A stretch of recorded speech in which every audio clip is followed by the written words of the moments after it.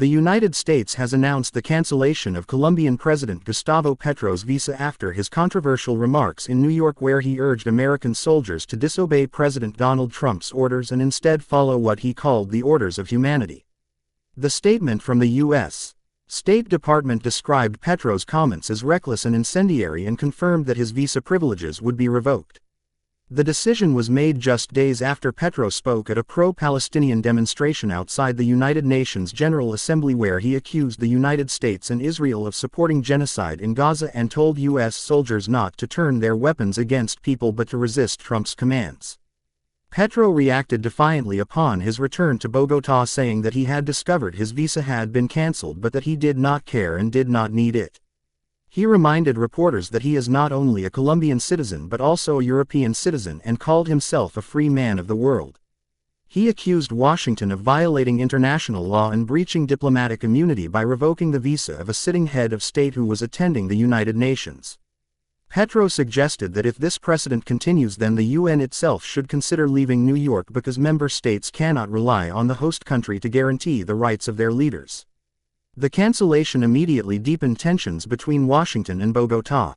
Relations were already strained under Trump's presidency, as Petro had previously blocked flights carrying deported Colombians back from the United States and had strongly criticized U.S. policy toward Gaza and Israel. Last year, Petro severed diplomatic ties with Israel and halted coal exports to the country in protest of its military actions. His words at the rally in New York continued this line of defiance by openly accusing both the U.S. and Israel of crimes against humanity. In Washington, officials defended the decision to revoke Petro's visa, saying that his call for American soldiers to defy their commander-in-chief was intolerable and dangerous. They insisted that freedom of speech does not extend to actively urging disobedience within the U.S. armed forces and warned that Petro's actions risked inciting instability. To the Trump administration, this was a matter of national security, not just diplomacy. In Colombia, the reactions were polarized. Petro's allies portrayed the move as evidence of American arrogance and interference. They claimed the decision was a political punishment aimed at silencing a leader who speaks out against U.S. foreign policy and against Israel. Colombia's interior minister went further by suggesting that if any visa should have been cancelled, it was that of Israeli Prime Minister Benjamin Netanyahu, not Petro's.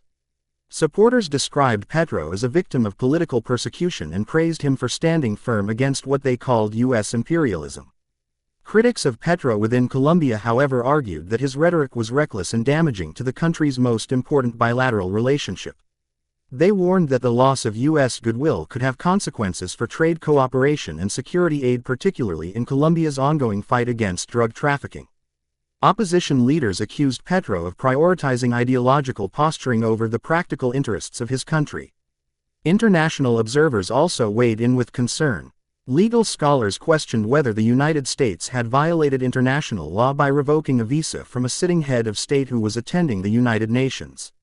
Traditionally, the host country is expected to allow all leaders to enter for official UN functions regardless of political disagreements. Some argued that the move undermines the neutrality of New York as the headquarters of the United Nations.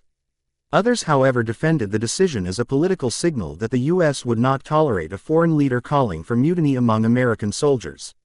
The fallout raises serious questions about the future of U.S.-Colombia relations. Already facing strains over deportations, narcotics policy, and regional diplomacy, this visa cancellation could mark a new low point. Some analysts warn that if the situation escalates further, Washington could consider economic sanctions or trade restrictions. Others suggest that both governments will eventually seek a diplomatic off-ramp because neither side benefits from a prolonged breakdown in cooperation. For now, Petro appears to be embracing the confrontation rather than backing down. His defiant tone in Bogotá suggested that he sees political benefit at home and across Latin America in standing up to Washington. His message of resistance to Trump and criticism of Israel resonates with his left-wing base and with regional leaders sympathetic to the Palestinian cause. Yet it also risks isolating Colombia from key alliances and raising the costs of governance in an already fragile domestic context.